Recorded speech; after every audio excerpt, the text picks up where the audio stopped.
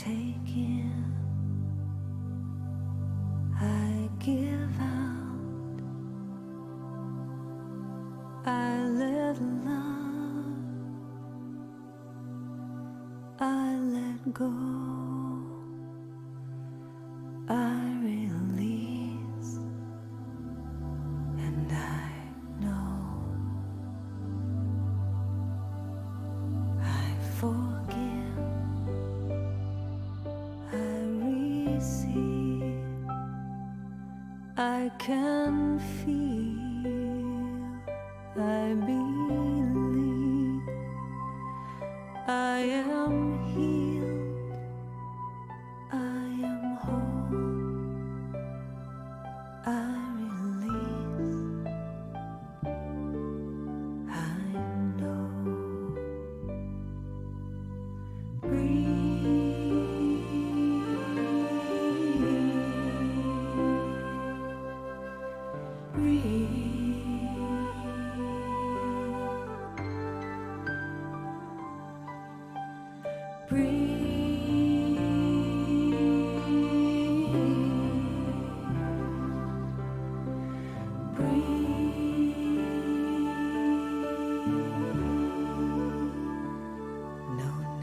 To push, no need to try, no need to worry or question why. Surrender, let go, release, and know.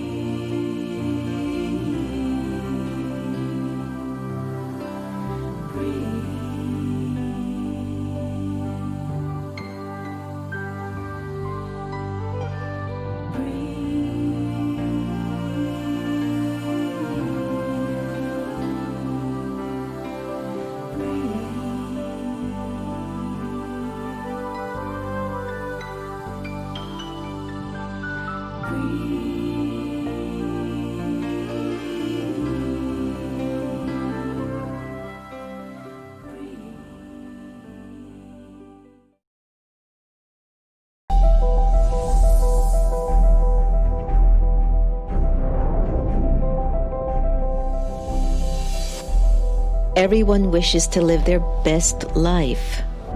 We experiment with various ways to achieve that, whether it is through study, competing, finding a partner, working hard, or admiring someone who inspires you. It is the quality of our inner being that does it all, or grapples with fulfilling life's calling. For the past 20 years, the Brahma Kumaris in Washington, D.C. has been a space for any and everyone to enter into and experience one's soul calling. From 1997, the center opened in an old rickety house on Georgia Avenue in Silver Spring, Maryland, where cars and trucks that passed by would shake the space. But when you were inside, it was a peaceful and powerful sanctuary for all who visited. Since then, over 2,500 events, 17 city and nationwide initiatives, 21 awards, 2 meditation museums have served youths, senior citizens, entrepreneurs, scientists, authors, women, interfaith, the disabled, environment, small businesses, arts seekers, and even leaders. Millions of lives have been served, either through social media, the popular America Meditating radio show, or through exhibitions, lectures, partnerships, and programs held in the meditation museums and centers. We look at 20 years of service as a continued journey of love, courage, wisdom, and determination with friends from diverse backgrounds and thought who believe a better world is possible when we make ourselves better human beings. Meditation is an important tool that helps us to gain greater clarity, insights, and inner power so we can make healthy choices and amplify our capacity to live a full life. In times of great anxiety, insecurity, and fear, meditation is an essential practice for everyone to gain stability and inner strength. Just look at what a few dedicated, purposeful, and kind group of committed people have been able to achieve in 20 years. Thanks to everyone who have supported us along the way. And thanks in advance to those who believe in our work and power of intent. Brahma Kumaris Meditation Museums, where peace is inside.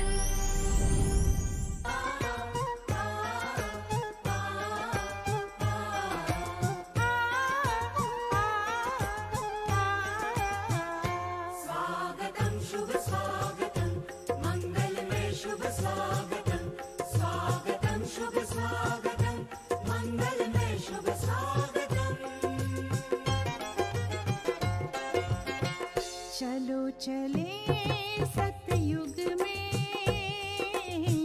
कलयुग की बातें छोड़े चलो चले सतयुग में कलयुग की बातें छोड़े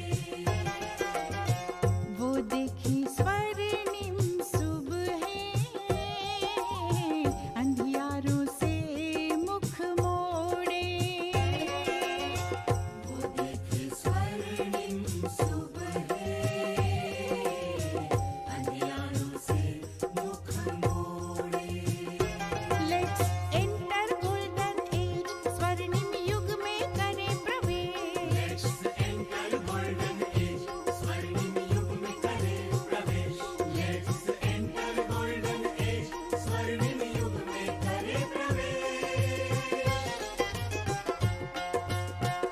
चलो चले सतयुग में कलयुग की बातें छोड़े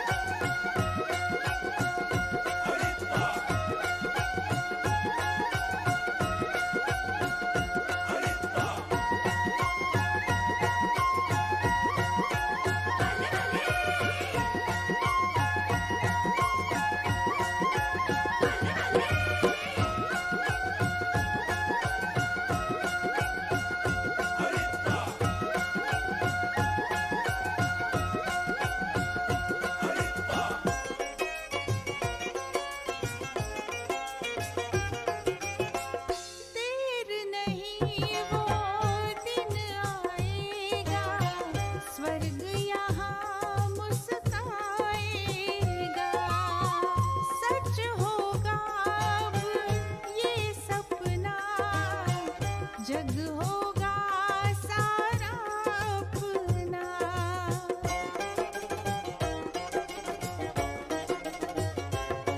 हो देर नहीं वो दिन आएगा, स्वर्ग यहाँ मुस्काएगा।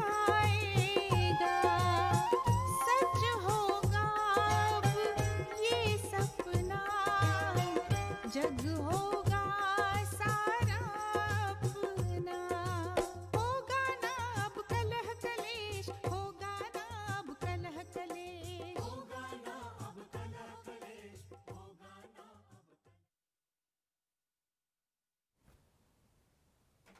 Om Shanti. Welcome, everyone. Nice to have you here on The Next Normal. I'm your host, Sister Jenna, and you just got a wonderful preview of some of our activities of our headquarters in Mount Abu, India. Of course, because of the pandemic, we're not able to travel there like we used to. The last time I was there was in February, and we came back on March the 1st of this year. Can you believe it? And now, everything has been closed down. But, it was just such a festive experience and a video. And you got a little bit of a view, a little bit of insight of our spiritual headquarters of the Brahma Kumaris. You see how huge it is? And that was just one of the facilities. But while I was watching it, there's this big smile that came over me. It was just like this huge smile. And looking at the dancers, so many of them were from Russia, Thailand. I have another beautiful dance performance of this incredible dancer from Thailand. And that one, I'll see if I can find that in the archive somewhere, and we can show it in one of those nights. But, culture, the arts, it's so huge. And as a result of what we're going through globally, it's an opening. It's a moving towards another level of our age of Renaissance. We're moving towards what I feel is a new kind of a Renaissance. Because of technology, we're becoming more creative in different ways. Like Santosh was creative in getting everything together this evening to make sure it worked very smooth. And just to celebrate, this is our 5th lesson of the Raj Yoga meditation course, the foundation course in Raj Yoga meditation. And for those of you who have been with us from the beginning, from part 1, I'm sure you must be feeling something quite unique stirring up inside of your consciousness. Anything new that we introduce into our lives changes. Think about a new relationship when you meet a new partner, how much you change when that new energy comes into your life. Similarly, the foundation course in Raj Yoga meditation is a new concept. It's a new idea, yet very ancient. And if that has been felt or received with love and trust and openness and sincerity, then something must have changed in you. And feel free to put it in the comments section so I can respond, if possible, about just what changes you have been going through since you've been participating in all the sessions of this week. So let's do a little bit of a recap. We've looked on the concept of who we are. The biggest disruption of our karmic energy is to stop considering ourselves to be our bodies, name, gender, the role, religion, and really start to accept and believe I really am a soul, and I am a very, very peaceful soul. Big disruption. You are so Om Shanti, don't even ask. That's why we greet each other Om Shanti over and over again. I, the peaceful soul, am greeting another peaceful soul. It's very powerful. Om Shanti. That's the greeting. Om Shanti. And whenever we're not Shanti, we know we're body conscious. It's very clear. The foundation of all the vices that are emerging in the soul is body consciousness, to be more aware of your limitations, to be more aware of your physical form, your titles and your gender, and that consciousness fed over and over again, fed in many, many lifetimes, actually move us away from the essence of who we are. A very peaceful soul, a very loving soul, a very pure soul. So how many of you remember where the soul is located? Right behind the eyes, right? In the center of the forehead, behind the eyes. So when we go in to meditate, we basically just become reflective. I'll sit, and with eyes gently opened, I just start to reflect. I go behind my eyes and I remind myself, I, the soul, am peaceful. And you go into that place, and then you begin to experience and realize this is your original nature. So if you can bring that nature in action, then you're really being truthful in everything that you're doing. And whatever choices you're making today, they have a ripple effect. And they do come back to you in the same vibrational frequency or more from the place that you acted upon it. So that's why the more we perform actions in soul consciousness, there's a deep sense of safety and satisfaction that the soul carries, that I'll be okay. I'll be okay. We explored the whole idea of how the soul functions. It has a mind, it has an intellect, and it has resolves, the personality, the sanskaras. That's where your subconscious is. And the whole aim of Raja Yoga meditation is to access the subconscious, to access the resolves, to access the sanskaras, so that the sanskars of body consciousness, algae, anger, lust, greed, attachment, and ego, which are an illusion, it's Maya. The whole effort of Raja Yoga meditation is to have God's love and wisdom access the sanskaras, so it dissolves the algae, that it doesn't have much power to influence the thoughts in your mind, and to give the intellect a challenge or a difficulty to keep trying to discern what is right, what is wrong.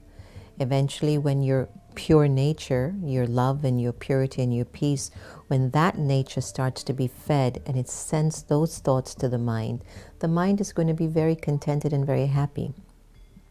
When the mind is contented and happy, then if it sends a thought to the intellect, do this, the intellect can trust that the mind has definitely sent it a good signal.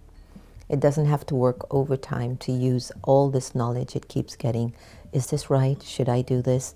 Oh, am I doing this right? The intellect will automatically know, oh, that's a good thought. It's connected to peace. It's connected to purity. It's connected to love. And of course, it just says, please go. Remember those days when we didn't have as much security as we do now? But you would go somewhere. Oh, I was remembering my young days in my 20s when you would go to clubbing or whatever. And once you knew the bouncer would just say, go on in, You were never waiting in a queue, standing in line, if it's raining, pouring, going through all those struggles. You just always got the red carpet treatment. That's how the intellect should start to feel, that yes, I trust myself, I trust the mind. Please go, please go. This is a good thought that she's having.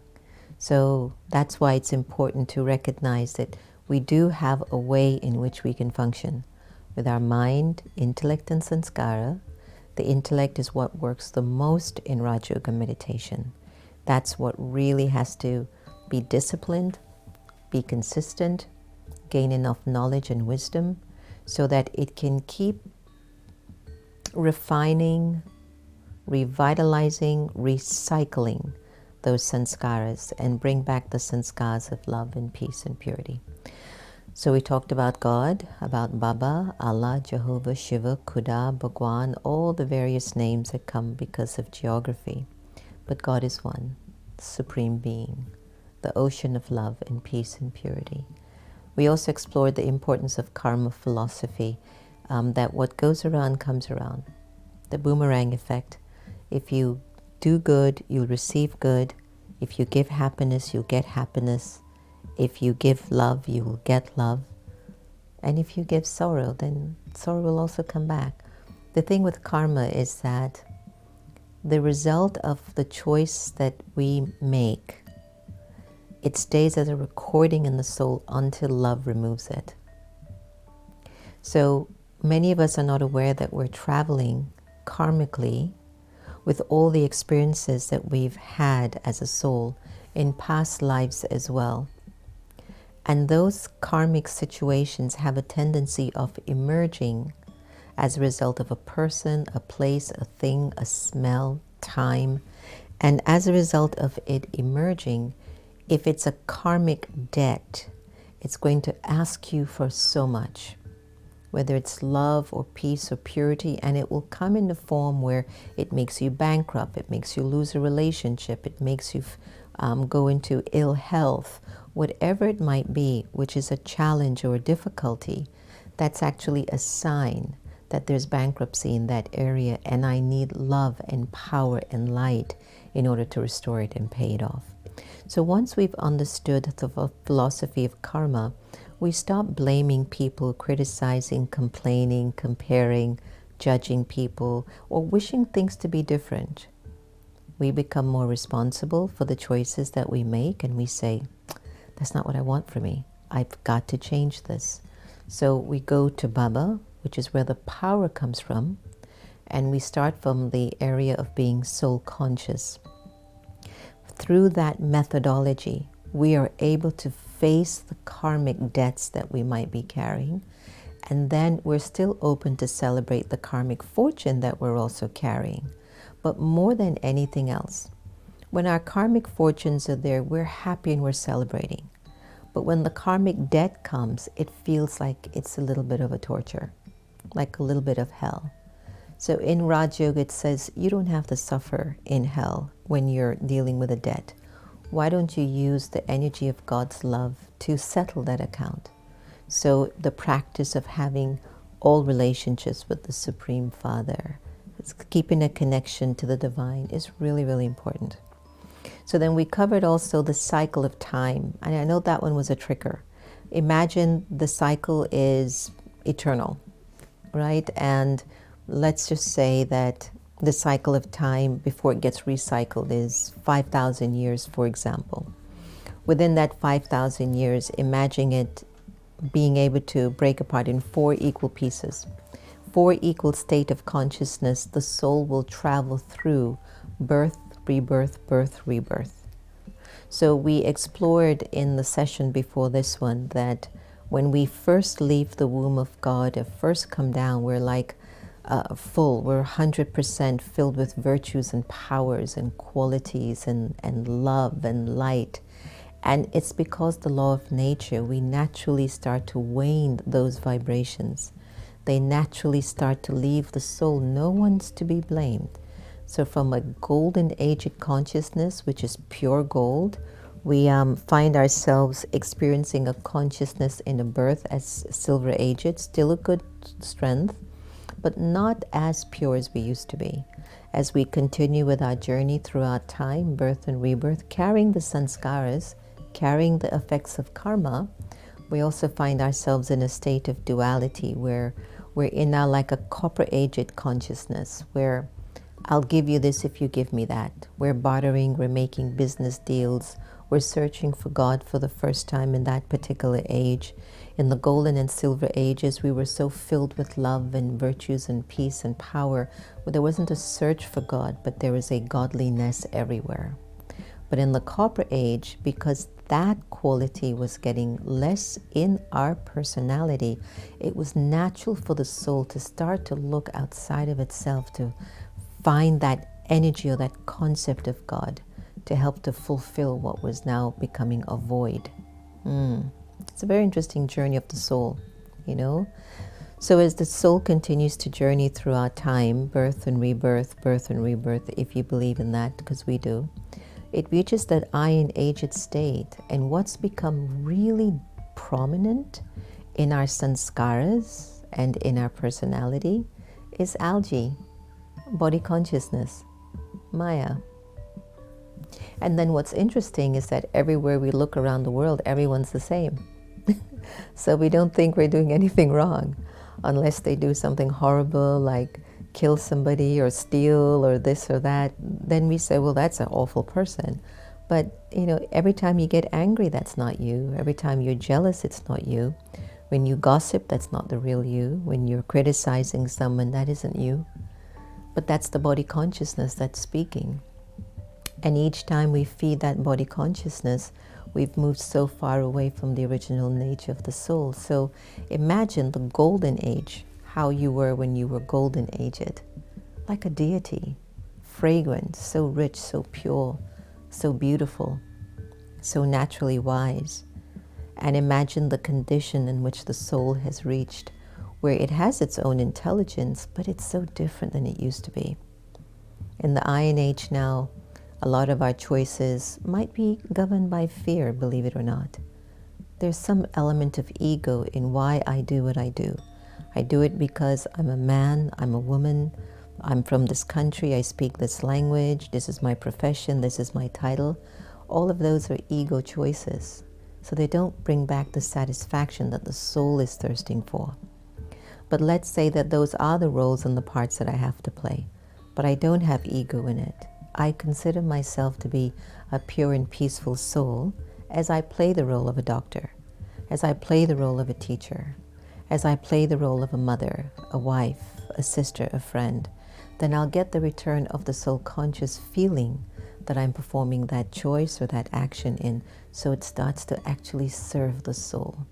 So that's what you're learning in Raj Yoga, because now we're at the confluence age. There's this very pivotal in-between stage, the diamond age, where the old us no longer wants to shine. The old us no longer wishes to move into a future. And what is definitely going to happen? A golden age is coming, and none of us can stop it. And so if a golden age is coming, and I seem to have some of those qualities that I'm loving, who would not say that they're a loving person? I'm a nice person, I'm a pure person, I'm a peaceful person. Those are all golden age qualities. So the more we can accumulate them and enhance them, then the more we can find that there's hope in our future. And it's not just based on an election, and we can never ever wait for an elected leader to change our lives or to make our lives better. If we do that, we're going to be lost. We have to change our lives, and we have to become spiritually empowered and spiritually ignited, that leaders that might not have the best of motives no longer exist. There's a saying in India, as is the king, so will be the subjects. And we think about that a lot, what is it in countries around the world that has brought into particular power certain personalities that I might say is not golden age. And I'm talking about so many countries. I'm not even thinking about America. I'm just talking about so many countries. Our wonderful friends in Thailand are going through a very hard time right now. I thought to myself, wow, and Thai is such a beautiful, peaceful place. Like, what is going on? So there's that saying, as is the king, so are the subjects. So what if we become so empowered and so spiritually enlightened, we won't attract a leader with those qualities. We will definitely attract a leader with the qualities of the virtues and the powers that we embody as a citizen, right? So I want you all to kind of give that some thought as we move into our final class of this evening. Please let me know if you have any thoughts or things that you'd like to share. You have some questions? Okay, let me see before we go on. What's the practical way to do it, Devyani? Can you please elaborate on soul consciousness? Okay, so soul consciousness, the first and foremost thing is you're aware. It's your awareness. You're aware that you are a living energy. The energy is eternal, immortal, imperishable. Sit with that for a little bit. Don't rush too fast ahead. Can you imagine? You're going to live forever, but not in the same form, not in the same gender, not in the same name. Soul just exists. And whether you're going to do it down here on the earth plane or up there in the soul world with Baba, the soul, it will exist. So what are some of the memories and experiences I want to live with for a very long time? So be aware that I am imperishable, and whatever I think, say, and do stays recorded in me for quite a long time. Have that awareness in you. The other aspect that you can practice soul consciousness is consider the qualities of the soul. And what we'll do is, Santosh has a nice paper that has soul awareness and body awareness. I'll have him put that up at some point today. And then when you scroll back at the session today, you'll get a chance to see what soul awareness is like versus body awareness. It is a consciousness. So when you practice practically, I am a soul, you are in a particular state of consciousness. You're not just thinking of yourself as a point of light behind your eyes, but you are aware that that point of light has a particular way of being, right? Like there are certain ways that you won't perform certain actions, and Santosh will put that up shortly so that you'll get a chance to, go back and forth and see it. You can put it up. So as you see this diagram, you'll get a chance to recognize what it is to be soul conscious. It's just written out there completely. Your heart is opened and loving. You will love yourself. You'll make God your best friend. You'll attract beauty in your life. Your third eye will show your reality, which means you're awakened and not asleep. Peace is your religion. It goes on and on and on. And of course, you can go back and look at this when this session is over. But when you are not practicing soul consciousness, look at your attitude. You criticize, you find fault with everyone, you have a judgmental attitude, your happiness doesn't last for long, you become very defensive, you have poor listening skills. You seek approval. Santosh is going, oh yeah, I get that one. You lack integrity. So that's what it is. When you practically understand what soul consciousness is, it is actually a state of awareness. Okay? All right. So I hope that was pretty simple and that answered your question. So let's move on to the session of today, which is about the 8 powers. Because without the powers, you can't become a deity. Let's put those up. The 8 essential powers of Raj Yoga allows you to master yourself. It will help you to master your mind, intellect, of course, and sanskaras. Although we all possess these powers, we don't really use them. Spiritual powers are the secret tools for changing yourself. And the powers are the fruits of meditation, and the powers strengthen the mind and intellect such that the soul can pass through any situation in a state of inner sovereignty and wisdom. So let's take a look at the power to withdraw. It allows you to be introspective. It enables you to be free from the influence of whatever is happening around you. When you apply the power to withdraw, you become a detached observer of the scenes that are emerging in and around you. There is a sense of quietude about you, and you have the ability to focus very well because you're not taking things so personally, nor are you so caught up in everything that's happening around you, you see? When you apply the power to withdraw, you can find that you have the ability to control more your response, and also you have that attention. So let's say that you're in a situation at home with the family. And let's say that, let's say you have a relative that has dementia or Alzheimer's. I'm just giving you an example. And you know that the person's behavior is unusual. And of course, you're going to try to do something to help them. You might even try to do something as silly as try to change them, which is impossible. But then you realize that you need to use the power to detach a little bit. You need the power to withdraw. And as a result of doing that, you're able to see the situation with a different eyesight or insight. So that's how the powers can work for us in that particular example. Let's take a look at the power to pack up. A lot of us are carrying a lot of waste from the past. The power to pack up says it's time to let it go. Leave behind the things that no longer are needed in the present. Are you able to put a full stop to the things that have hurt you? Are you open to it? Well, there's a power that is needed in order for us to let our past go. You need a lot of courage to really pack up and let things go of the past. The virtue that can help you stay clear, be very forgiving, stay positive, be simple. Right? So the power to pack up will also help you to let go. One of the things I loved about our traveling rules a few years ago is that you can no longer take a lot of luggage with you. We were like, oh, thank you. Because now when you would travel to the developing country, instead of taking like 80 pounds of stuff, you could tell them, I can only take 30. I'm sorry. It became a blessing. So the power to pack up is a good power. You know, there's so much. There's still so much healing, everybody, that we need to do. And this is a great time during this pandemic. This is a great time, everyone, to really start to heal your past and forgive everyone and everything, and including yourself, for holding on to something that was inevitable for so long. And just let it go. Every day you wake up in the morning and you talk to Baba and you tell Baba it's time to let this go. It's no longer needed in my life.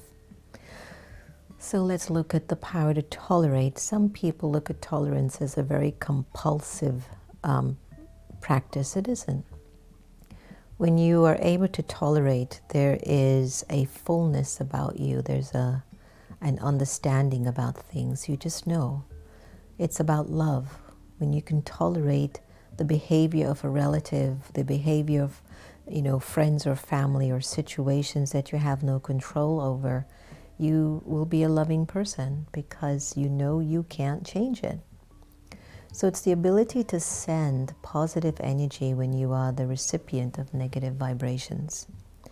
It will allow you to respond rather than to act. And the virtues that can help you to put more power into this particular quality is self-respect, patience, acceptance, generosity, love, even detachment.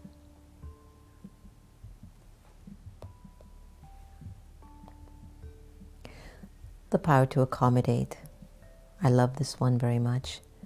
Reminds me of being by the ocean and how the ocean takes so much in it, yet it just continues to stay an ocean. So it's the flexibility to merge, it's the ability to merge, to kind of let things go.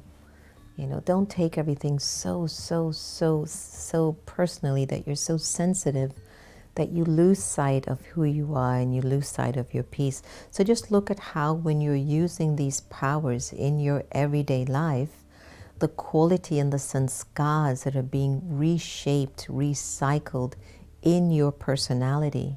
Just imagine when you are using the powers, how you stand strong from the inside versus allowing the outside to influence the way you should feel. So the power to accommodate also invites you to forgive and forget. It's the ability to adjust to maybe another person in their situation. Now this has always been my favorite power. It's the power to discern, something that the world needs so much of right now. It will help you to really discriminate in terms of like the swan who has the ability to choose to find the pearl or the stone. Your discernment will be able to sift through the illusions that maybe the world is trying to feed you consciously. And today, Santosh and I were talking about technology, how so many of us are now living on technology 10 times more than we ever did before the pandemic. And if we're not careful, especially with social media, they're feeding us things that now they've seen the collective or people think they want to be fed. And then after a while, you don't think for yourself. So we're really begging you, use this power to discern and determine what is a golden-aged thought to have, what is a golden-aged relationship to serve, that I don't need to go down that rabbit hole of negativity and deception, So the power to discern requires a divine intellect. It requires a lot of knowledge, experience, remembrance, which is yoga.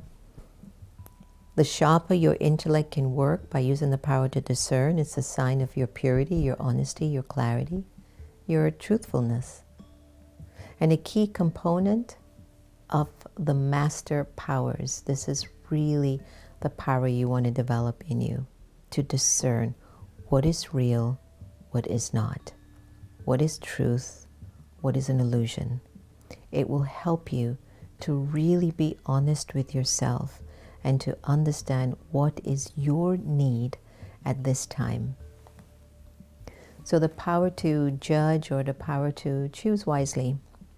Your decision-making skills are important. Many of us are making important decisions during this particular time. Some are changing their careers, some are changing their spouses, some are changing their countries, their cities, their homes, their cars. These are important decisions, believe it or not. Some folks are changing even what they're studying in college or in school. That's a lot of important decisions are being made right now. So decision-making power is important. It will enable you, when you know how to judge wisely, you will always come with a decision that is very balanced, very fair, very just. There's like a really equal sense of balance and equilibrium in you. This is another one of my favorite powers. The power to face gives you the ability to destroy any obstacles that come in front of you. The ability to accept truth and confront these obstacles. You will develop faith in yourself. You'll be able to look at your own weaknesses and stop blaming people for making you feel the way that you feel. You will become aware that I am in charge of how I'm feeling and I need to face that. And when you develop the courage to face yourself, I can't begin to stress how much growth will take place. It's because we're not facing ourselves why the growth and the transformation is taking so long. Because we're hiding behind an illusion.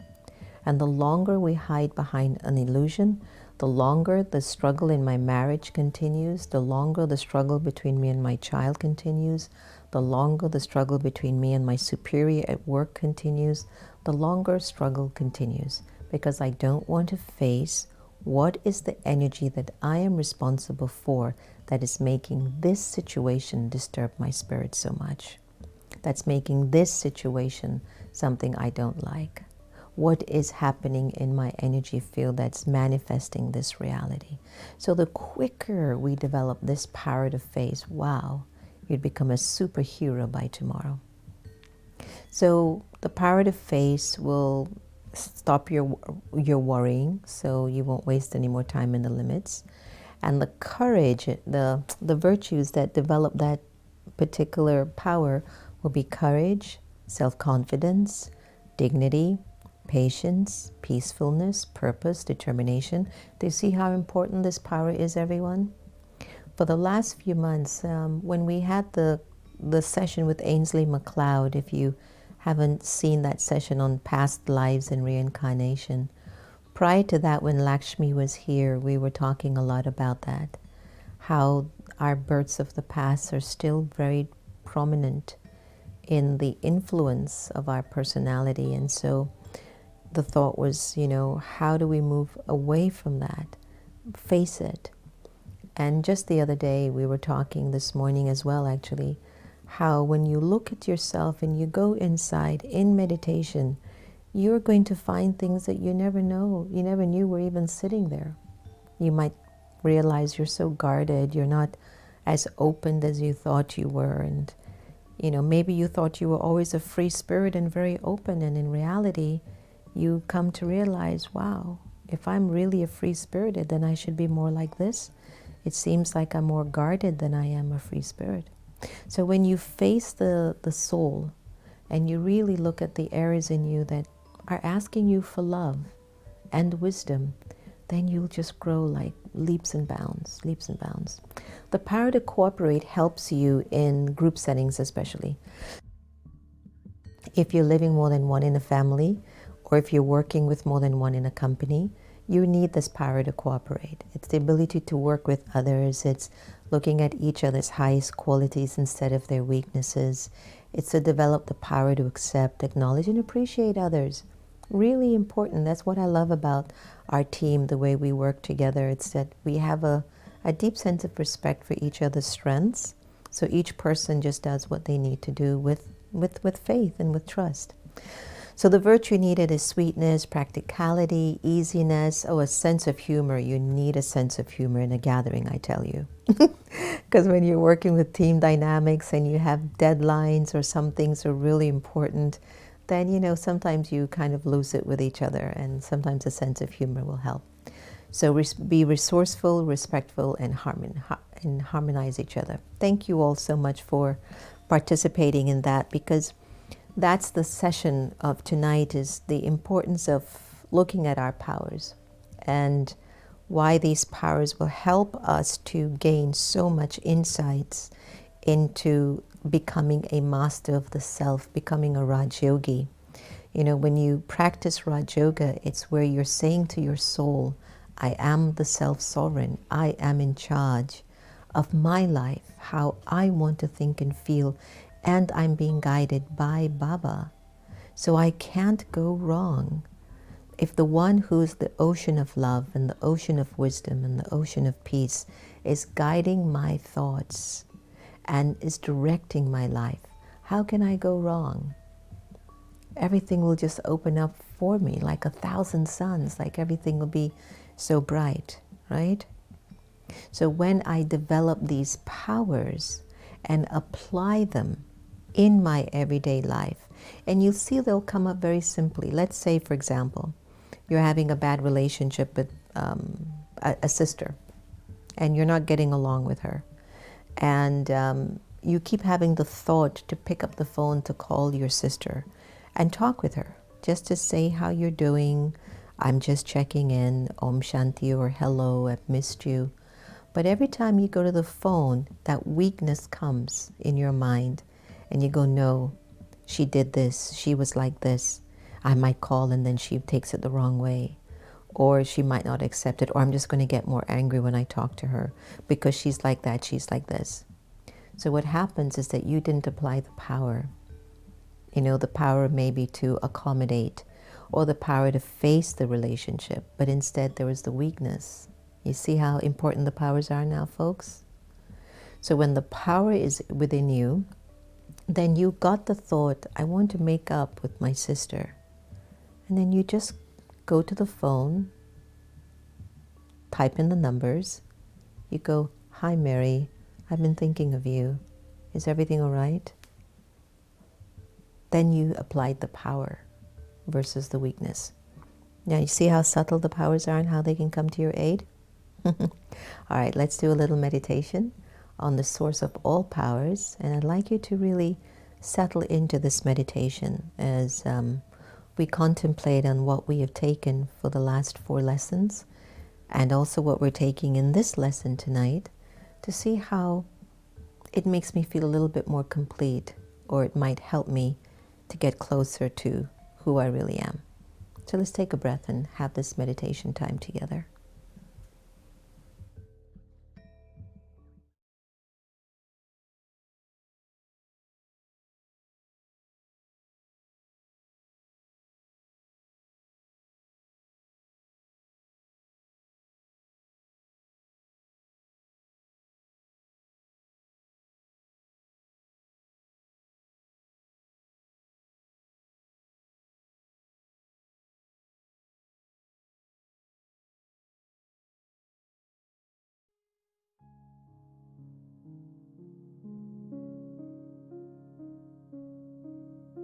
We're about to go on a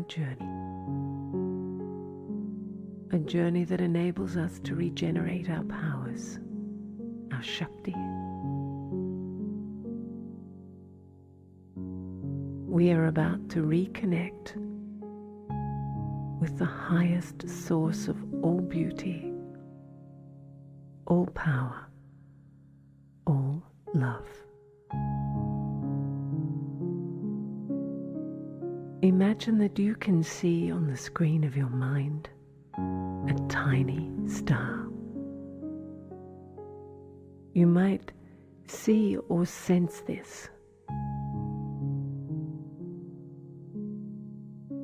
Either is fine. The star is pure light. Be aware of this star. Tune into this star.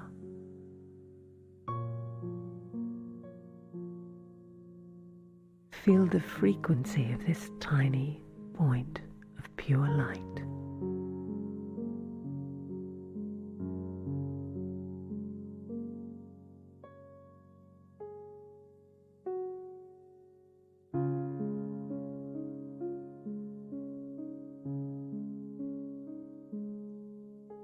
And now simply transfer your awareness, your sense of self across and into that star, into that light.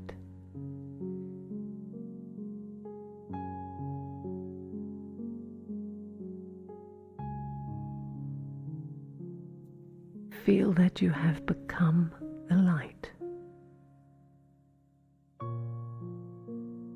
Pure freedom, eternal energy.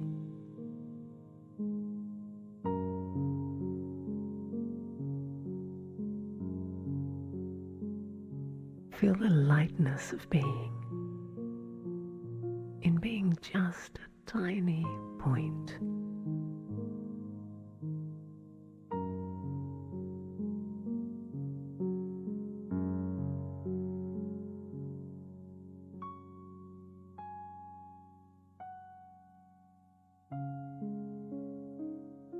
As you easily, naturally and gently sit in the awareness of being pure energy, it's as if an ancient part of you starts to remember, to connect with the source, the beginning.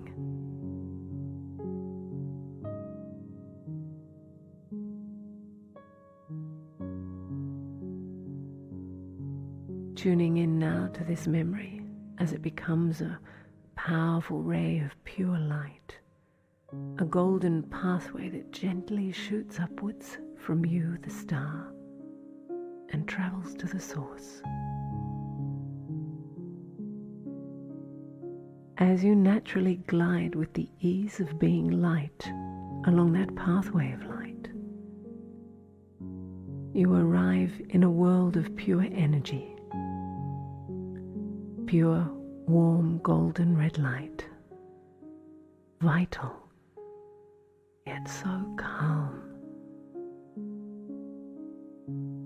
Gently, ever so gently, you are pulled to the very core of the source of power.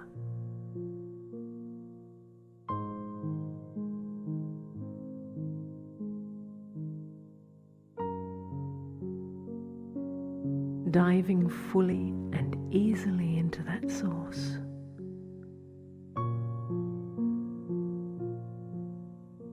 Resting. Feeling.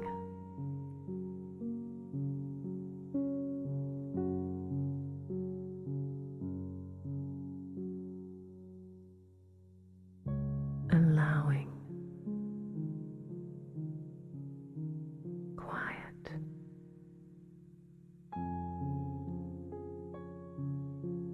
Natural.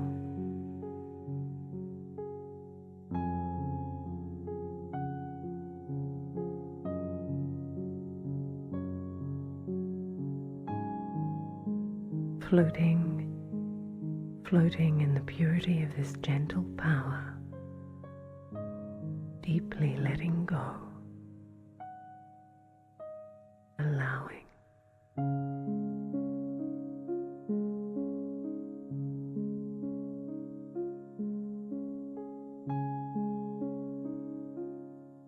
At one,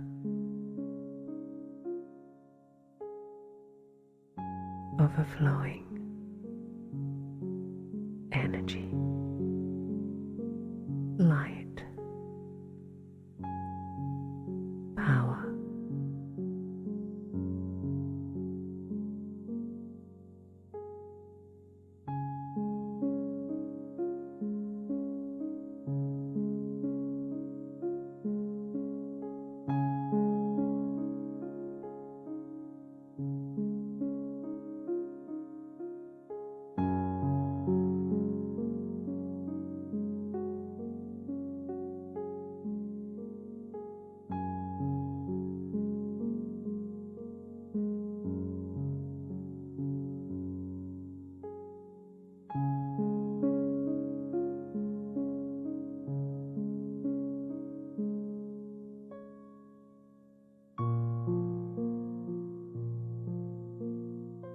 In a moment, we're going to make the return journey.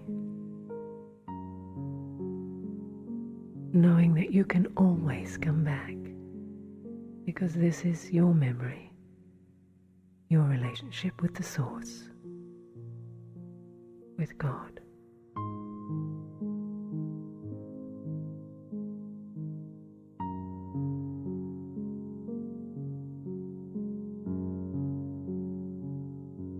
And so, effortlessly gathering your awareness, bringing with you the memory and the stillness and the power of the Source. Travel easily along your golden pathway, back to the star on the screen of your mind, bringing with you the peace, clarity, and power of your inward and upward journey. In your own time, and when you're ready, become aware of your breathing, your body, the sounds around you. And now bring your conscious awareness back to this room, and holding the experience open, your eyes.